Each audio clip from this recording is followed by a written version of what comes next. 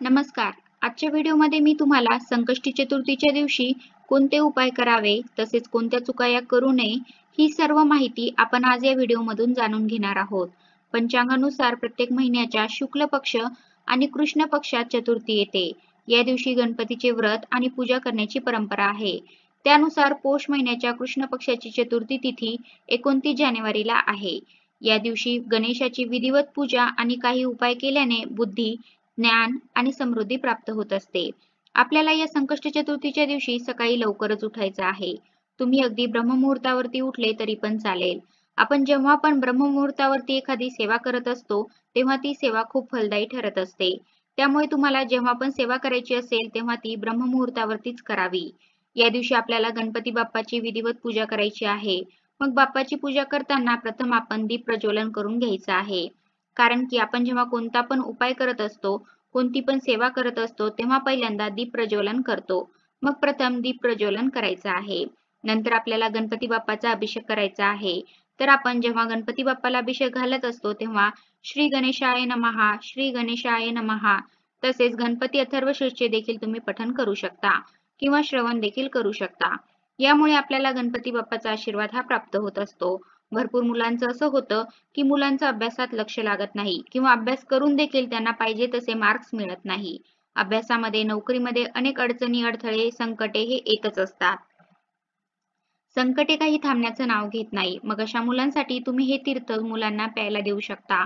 मग आपण गणपती बाप्पाला अभिषेक घालताना गणपती अथर्वशीर्षचे पठण करायचे आहे आणि हे जे काही तीर्थ आहे ते तुम्ही मुलांना प्यायला देऊ शकता. मग प्रथम तुम्ही अभिषेक घालून घ्या आणि नंतर दुसऱ्यांदा अभिषेक घालत असता तेव्हा ते तीर्थ तुम्ही मुलांना प्यायला देऊ शकता. यामुळे मुलांच्या बुद्धीमध्ये विकास होईल व त्यांना प्रत्येक क्षेत्रामध्ये यश हे पाहिजे तसं मिळेल. तसेच आपण गणपती बाप्पाची या दिवशी विधिवत पूजा करायची आहे. नंतर प्रथम थोडेसे तांदूळ ठेवायचे आहे. तांदळावरती हळदी कुंकू अर्पण करायचं आहे. नंतर गणपती बाप्पाची मूर्ती तुम्ही त्यावरती ठेवायची आहे किंवा मूर्ती नसेल तर तुम्ही सुपारी देखील ठेवू शकता. श्री गणेशाला सिंदूर खूप आवडतो. त्यामुळे संकष्टी चतुर्थीच्या दिवशी श्री गणेशाची पूजा करताना गणपतीला सिंदूर टिळक लावल्यानंतर स्वतःही सिंदुराचा टिळक लावावा. मान्यतेनुसार सिंदूर हे सुख आणि सौभाग्याचे प्रतीक मानले जाते. गणपतीला सिंदूर प्रिय असल्याने जीवनात आनंदाचा आशीर्वाद आपल्याला मिळत असतो. तसेच घरामध्ये सुख समृद्धी देखील नांदते.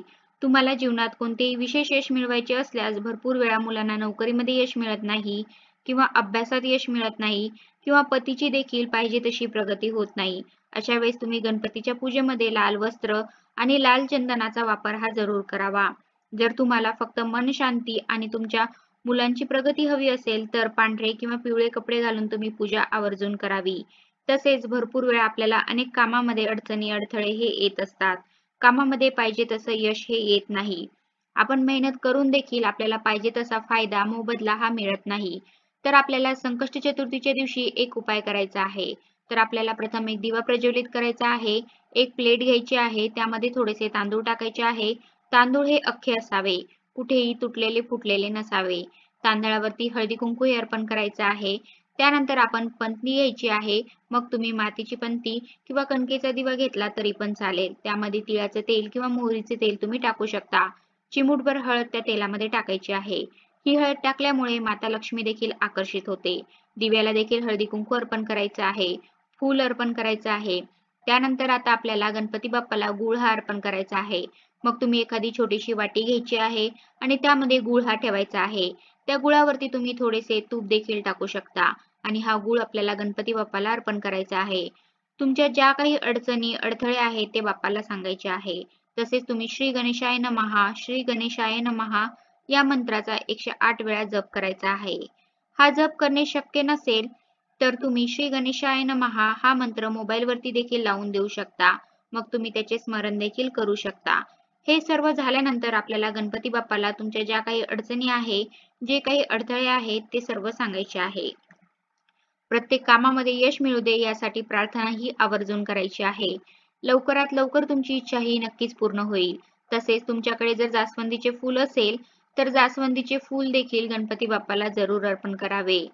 आणि जास्वंदीचे फूल नसेल तर तुम्ही गुलाबाचे फूल देखील बाप्पाला अर्पण करू शकता. तसेच या दिवशी आपल्याला दुर्वा देखील अर्पण करायचे आहेत. आपण जर गणपती बाप्पाला दुर्वा अर्पण केल्या तर आपल्या आयुष्यातील संकटे हे नक्कीच दूर होत असतात. तसेच संकष्टी चतुर्थीच्या दिवशी शमीच्या झाडाची पूजा केल्याने गणपती बाप्पा प्रसन्न होतात. गणपतीच्या पूजेत शमीची पाने जरूर अर्पण करावी. यामुळे दुःख आणि गरिबी देखील दूर होत असते.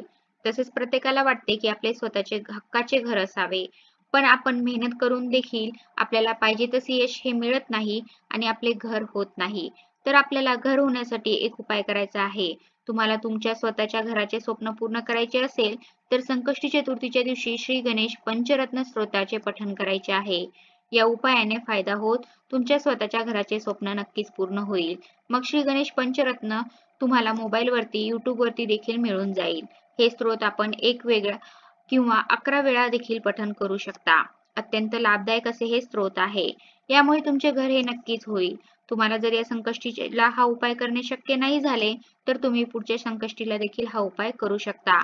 अशा प्रकारे आजच्या व्हिडिओमध्ये मी तुम्हाला संकष्टी चतुर्थीच्या दिवशी कोणते उपाय करावे हे सांगितलेलं आहे. धन्यवाद.